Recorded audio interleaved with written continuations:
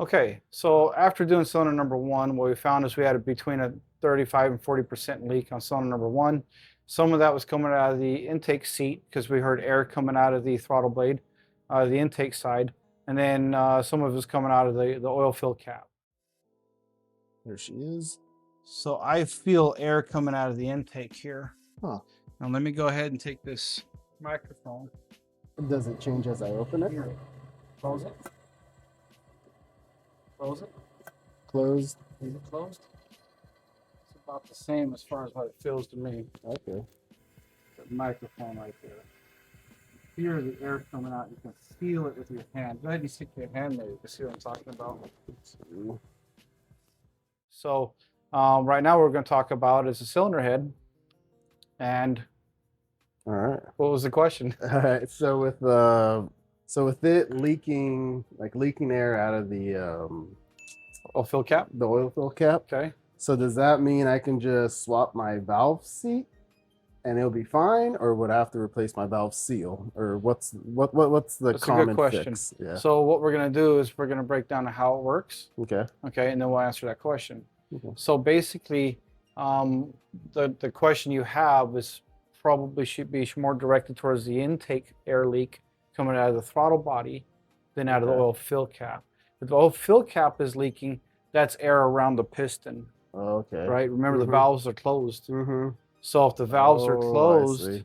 there should be no air here Mm-hmm. coming out of the intake. Mm-hmm. There should be no air coming out of the exhaust. If these valve seats are in good shape and the Okay. valves are closed, Mm-hmm. we're charging air here through the spark plug hole and the pistons up all the way to the top. So we're charging this small area with no valves in it full of air. We're trying to see where the leaks are. Oh, So I when see. we're seeing leak coming out of the oil fill cap, it's Mhm. coming out of this area, Mm-hmm. which is around the rings, because air is getting Mhm. around the piston, leaking around the rings, down around the piston into the cylinder or into the crankcase area, Okay. which is all vented to this area oil returns. So the air ends up coming back up through here because it's going into the pan, coming out the oil timing chain cover area, your oil fill Okay. tubes, or your oil drainage, back drainage tubes, Mhm. and all that comes back into your valve train area. So when you take your oil fill cap off, the air is coming from this area here. Okay. Does that make sense? Yep. And then when we have air leaks and we hear it coming out of the intake, like Mhm. we did, and we heard it coming out of the throttle blade, that's the valve seating against this surface right here. Oh, okay. So that means that when the valve is seated all the way up against the seat here, there's air leaking around that valve. There should be no air leaking when that valve is closed. One of two things will cause that. One, a bad valve adjustment. Okay. If it, and that's where we can get lucky. Ah, That's what we're okay. hoping. Because if that valve has zero lash on it, Uh-huh. and there's no valve lash on it at all, and that valve is just being hung open just a little bit, Mhm. because that valve is not closing It's 100%, not just sealing. because the Okay. valve lash is off. Mhm. Maybe just a simple valve adjustment could fix that. That's what we're hoping on. Okay. If it's not leaking from there, here's another scenario. Okay. A minute ago, you had a question about the valve seal. Mhm. Okay. Let's say we're charging air in here and the valves are closed. Yeah. And let's say it's leaking air around the rings into the crankcase Mhm. area so bad that it leaks around that seal. And then it leaks around to the top of the valve and into the intake port. Oh. That means that valve seal would have to be completely missing for that to happen. So they have to be like completely removed for it to. Okay. So let's talk about how that works.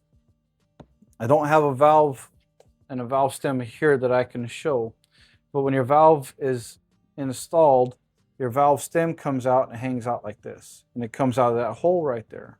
Okay. Now the clearance between the valve stem and that hole, the clearance there is less than 1/1000th of an inch.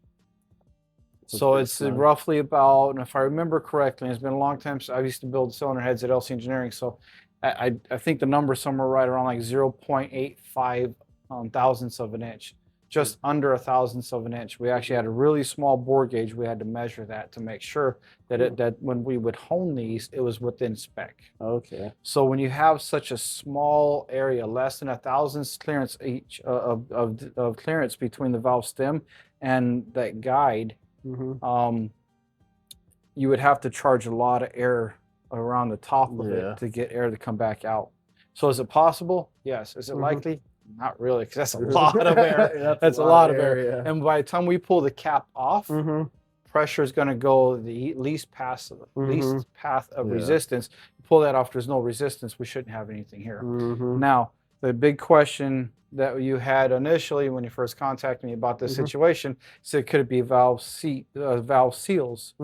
Great question. Let's talk about that. Let's go ahead and bring that camera in here a little bit closer.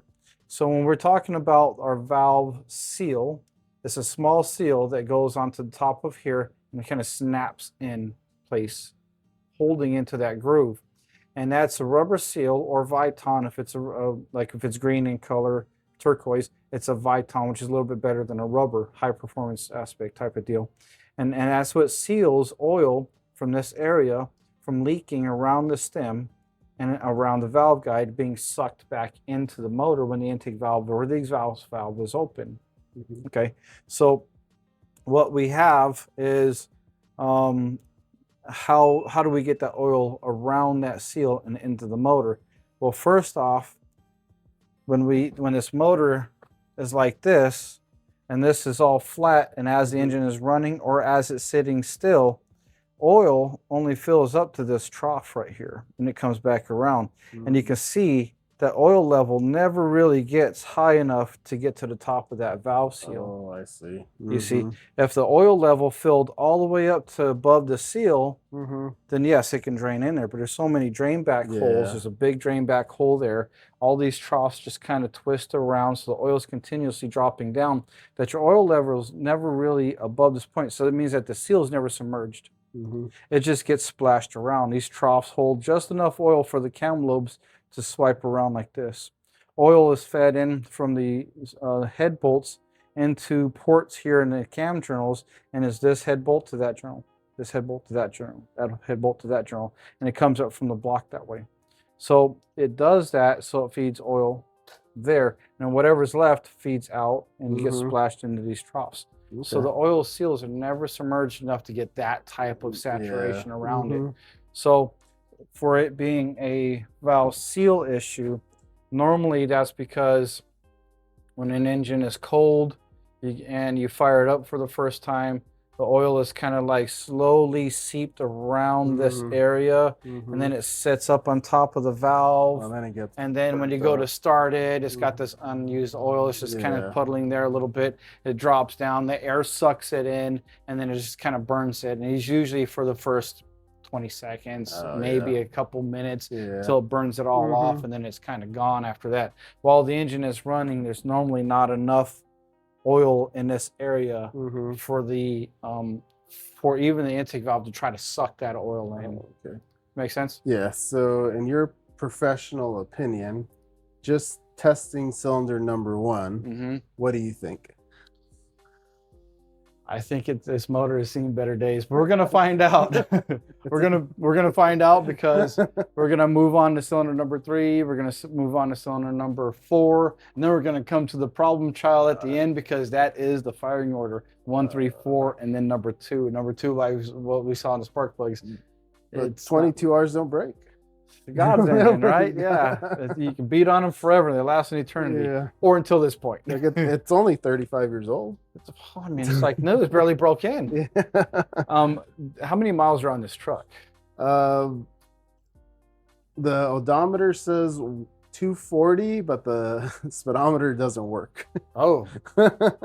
So it's and what we don't know, and this is the biggest thing I've seen with Toyota trucks, is we don't know how many times that motor's been swapped, pulled, junkyard motor went in. It could have had a motor issue at 180 or 200. Somebody could have pulled a motor out of a junkyard that had 200,000 miles on it. You may have 400,000 miles on this motor, or 300,000 miles. You may not even know how many miles you have on this thing.